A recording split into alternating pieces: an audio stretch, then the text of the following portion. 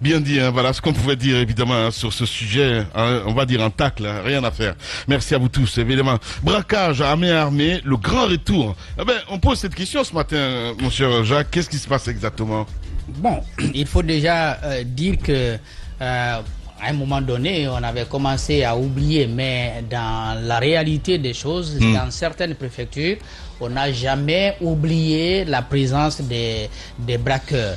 Maintenant, il y a une méthode qui revient bien en force, qui met aujourd'hui certains centres urbains dans une situation d'incertitude totale. Ouais. Je veux parler de Sigiri, je veux parler de Kankan, où on a identifié, n'est-ce pas, des cas de braquage ciblés en direction des opérateurs des agents de transfert d'argent, d'accord. De transfert d'argent. Ouais. Et donc les boutiques parfois qui sont attaquées, et ça ce n'est pas une première. Sauf que ça tendance c'est à la méthode qui s'amplifier. change.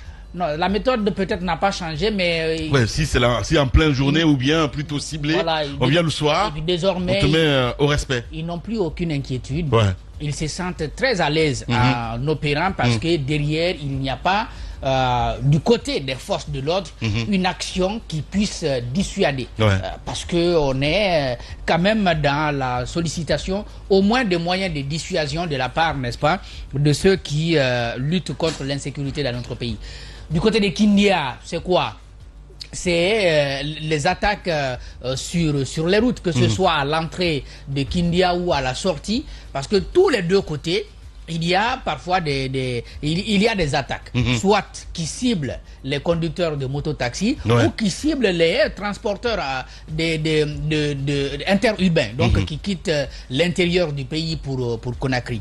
On avait pensé à un moment donné qu'avec la route qui a été refaite, que finalement on allait oublier avec ça, mais on est encore dans la même situation. Ce que nous apprenons, et ça c'est la dernière info qu'on a depuis hier, ça m'a été confirmé ce matin par notre représentant du côté de Kankan, il s'agit bien de l'intervention des Donzo qui ont permis de neutraliser deux bandits.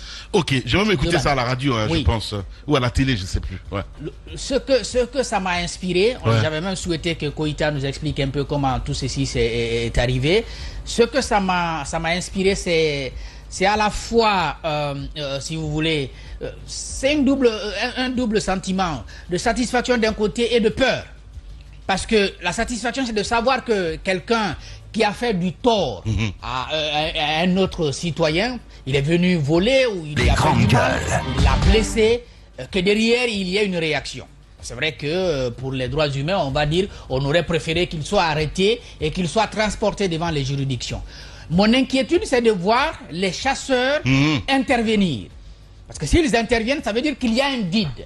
Évidemment. Et s'il y a un vide, le chasseur, lui, il ne va pas s'entourer du droit international humanitaire pour voir comment on traite un suspect, comment on traite un voleur. Ouais. Un criminel, c'est un criminel. Ouais. C'était des pratiques qui ont existé de par le passé, même pendant la Première République, même pendant la Deuxième République. Il y a des endroits où tu n'osais pas voler. Ouais. Parce qu'il y avait des gens comme ça, on vous prend, ce qu'on va vous faire, les autres prennent exemple sur vous. Évidemment. Et aujourd'hui, c'est bien entendu d'éviter que cette intervention des chasseurs dans le domaine qui est réservé aux agents qui sont commis à cette tâche, qui sont formés pour ça, que cela puisse ne puisse provoquer par exemple des abus. Des abus et peut-être même de l'amalgame. Parce que souvent, si on ne sait pas, on n'a pas la certitude que la personne qu'on poursuit est vraiment coupable de quoi que ce soit, on risque de commettre un dégât irréparable. Voilà, ça c'est arrivé à Kankan, mais c'est vraiment interpellatif pour tout le monde, mais surtout pour les institutions judiciaires et pour les forces de l'ordre, les forces de sécurité et de l'ordre. Voilà. Allez, est-ce qu'on a les chiffres, Daouda Mohamed Camara, ce matin? Oui, des chiffres, oui, des dates également, parce qu'on s'est intéressé, vu la récurrence, on s'est intéressé uniquement au mois de mars et en ce début du mois d'avril. Okay. Et qu'est-ce qui se passe? Le 17 avril, au quartier Bordeaux, c'est un assaillant muni de PMAK qui a mis au respect et emporté avec lui 10 millions de francs guinéens dans une boutique Orange Money, et cela c'était en plein jour. Le 26 mars, au même quartier, 4 assaillants qui arrivent également dans une boutique Orange Money, avec également des PMAK qui ont mis au respect tout l'entourage et qui sont rentrés, qui ont emporté une forte somme où on n'a pas pu situer en réalité combien ils ont emporté. Et le 30 mars, une autre boutique de Orange Money également qui a reçu la visite des assaillants et emporté à ce niveau 70 millions de francs guinéens, et avec des blessés bien sûr sur les lieux. Le 11 avril également, il y a eu en plein 14 heures une intervention également dans une boutique Orange Money où on a emporté plus de 50 millions, nous apprendons. Le 17 avril, ça c'était hier maintenant, aux environs de 16 heures également au quartier Kefina, où ils sont arrivés également pour mettre tout le monde au respect, l'entourage et même dans la boutique. Et ils ont emporté une forte somme pour l'instant qui n'est pas définie, parce que le responsable commercial qui s'est exprimé là-dessus, ils n'ont pas encore fait l'état des lieux pour savoir exactement il y a eu combien de montants. Les chiffres qui inquiètent quand même, hein, sincèrement. Les chiffres qui inquiètent. Sur Cofina, c'est inquiétant parce que il s'agit d'une institution de microfinance. Et donc avec plus de ressources et plus de capacité. Mais ce qui est grave, c'est que là-bas, c'est des déposants. Des gens viennent, ils cotisent, ils ouvrent des comptes, c'est leur argent. Et quand vous venez et que vous faites ça, non seulement Cofina a des soucis, mais les déposants se retrouvent... et bredouillent, évidemment. Je suis parfaitement d'accord avec toi. Alors, c'est inquiétant, Mohamed Ali, hein, ça vous inspire quoi tout ça, mon cher ami? Surtout de la Haute-Guinée, notamment Kankan, Sikini, c'est particulièrement inquiétant, Lamine, parce que je ne sais pas, mais cet endroit, comme l'a dit Tamba hier, les malfaiteurs, ils le font avec impolitesse. C'est un des braquages impolis parce que ils se lèvent en pleine journée, la mine. Tout le monde en activité. Ils prennent les armes à feu.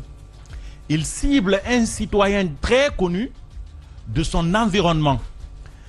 Connu de son environnement parce que tout simplement, quelqu'un qui fait Orange Money ou dépôt Orange Money est très connu de son milieu. Donc du coup, il décide de venir attaquer celui-ci en pleine journée. Une attaque, ça dure, c'est pas une attaque éclair. C'est pas on vient en une minute, on prend, on s'en va. Ils viennent, ils prennent leur temps, c'est minimum 10, 15, 20 minutes, parfois même 30 minutes. Ils sont là. Les services de sécurité ne dorment pas. Mais voilà, est-ce qu'on peut dire... Ils sont à côté. On peut imaginer qu'il y a une complicité peut-être. Voilà. Bonjour. Non. En matière d'insécurité, on dénonce toujours des complicité. Mais ce que je suis en train de dire, Lamine, bien. Ça se passe pas dans un village pour dire qu'on est en manque d'effectifs. Ça se passe à Kankan, ville. Et ça se passe à Sigiri. Ce sont des agglomérations qui ont une densité, mais une forte densité. Sigiri, c'est plus ou moins tous les jours. Chez Poutine, là. J'ai entendu le gouverneur de Kankan dire, bah si la police et la gendarmerie n'arrivent plus, je vais faire appel à l'armée. J'ai eu pitié parce que j'ai eu honte à sa place en fait. Parce qu'il était en train d'avouer son échec direct. Dire que les services de gendarmerie et de la police censés attaquer ce genre de choses, il se demandait si ils ne sont plus capables, eh ben, il faut faire appel à l'armée. C'est une autre dimension et c'est le gouverneur qui est en train de dire là. Bien. Quand nous sommes allés là-bas, je pense il y a 2 ou 3 mois, le festival Milo, on a fait une émission 2 jours là-bas, c'était la même problématique. Et on a voulu les avoir en interview, ils n'ont jamais voulu s'exprimer là-dessus. Donc on a l'impression qu'il y a une complicité qu'on ne dénonce pas. Et parce que ces gens-là, ils le font avec des armes de guerre. Et pourtant, normalement, les armes de guerre doivent être contrôlées par la police et la gendarmerie. Alors c'est à se demander ceux qui sont là, ceux qui sont responsables de la sécurité de ce côté, qu'est-ce qu'ils font? Bien. Et qu'est-ce qu'ils ont comme moyen? Je suis en train de dire qu'ils ont quand même des carburants tous les jours pour rouler. Et pour justement prévenir ce genre de situation, parce que c'est pour ça qu'on leur donne. Ils sont payés, ils ont des équipements, ils ont tout ce qu'il leur faut, tout ce qu'ils demandent, parce qu'il faut rappeler que récemment, notamment la gendarmerie a bien outillé ces subdivisions à l'intérieur du pays. La police également, parce qu'on a vu, même la routière en a bénéficié. Donc, je trouve qu'on fait des efforts quand même pour les deux. Mais qu'est-ce qui se passe exactement du côté des Cancans? et de Seguiring. Et pourquoi c'est particulièrement dans cette région? Parce qu'il n'y a pas que cette région où il y a des activités économiques intenses. Pourquoi d'ailleurs on n'attaque pas par exemple les banques primaires qui se trouvent là-bas? Je veux dire la déconcentration de la banque centrale. Pourquoi on n'attaque pas dans les institutions publiques? Pourquoi c'est toujours des citoyens où on peut trouver 15 millions, 20 millions? Parce que de cette manière-là, Lamine, on est en train d'appauvrir ces citoyens à la base et donc on est en train de tuer l'économie à petit feu. Et surtout, on est en train de faire fuir ceux qui font l'économie de ce côté. Parce que c'est un climat qui n'est plus propice aux affaires. Même si vous avez de l'argent, vous avez envie d'aller investir là-bas, à moins que vous ne preniez un gros risque, vous n'accepterez pas d'aller mettre votre argent. Je pense que ce cas-là, on doit aussi... Pour le cas de Cancan, ce qui est inquiétant, Lamine, il faut le dire, c'est que les grandes gueules aujourd'hui mettent au défi les autorités. Il y a juste la semaine dernière, on a vu ces interpellations du côté de Kouroussa, Balang, entre autres, et je vais dire des vendeurs de drogue, de chambres indiens qui ont été présentés. Et le procureur a juré ces jours-là qu'ils traqueront tous les bandits où qu'ils se cacheront. Le gouverneur a pris la parole. Les autorités policières et de la gendarmerie ont pris la parole pour rassurer les citoyens. Et quelques heures seulement, on assiste à une telle situation. Ça veut dire que, et ça me rappelle un peu quand Madifi Ndiané était venu ministre de la Sécurité. Mais c'est défier l'autorité en fait. Quand il a tapé du poing sur la table à la maison de la presse pour dire que nous allons traquer les bandits. Ouais. Et les bandits ont accentué leur opération. Évidemment. Pour dire que vous allez nous traquer, mais avant de nous traquer, on a vu quand même cette sortie de Junior ici. Voilà. Hein, voilà. Ouais, moi j'appelle même pas ça. Moi j'appelle même pas ça. Ça veut dire ce que ça veut dire. Moi j'appelle même pas ça défier l'autorité. C'est parce qu'ils savent que les autorités ils le font pour les caméras, pour ceux qui ont envie de les écouter, tout simplement. Remarquez que après ces discours-là, Mohamed Ali, un peu de cohérence quand même quoi. Un peu de cohérence. Quand tu dis qu'il y a un peu d'effort, en même temps tu dis mais non, ils le font pour les caméras ou je ne sais quoi exactement. Voilà, un peu de cohérence. Mohamed Ali. Tu as dit tout à l'heure là que Tamba est pédagogique, mais je pense aussi que ça dépend des élèves. Parce que quand je parle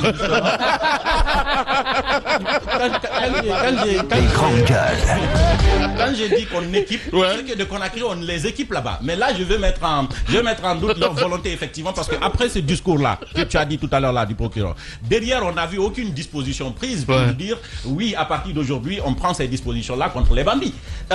Après le discours c'est rien du tout. Donc ceux qui le font savent que ce n'est que des discours, ce ne sont que des discours pour la caméra et pour les populations. Sinon, ça ne fait peur à personne parce qu'il n'y a aucune disposition prise derrière en fait. Bien. Ça met en exergue aussi la thèse de complicité effectivement entre les autorités chargées de nous sécuriser, pas les autorités globalement, mais des gens au sein du système sécuritaire qui sont en complicité avec ces bandits-là, si ce n'est que qui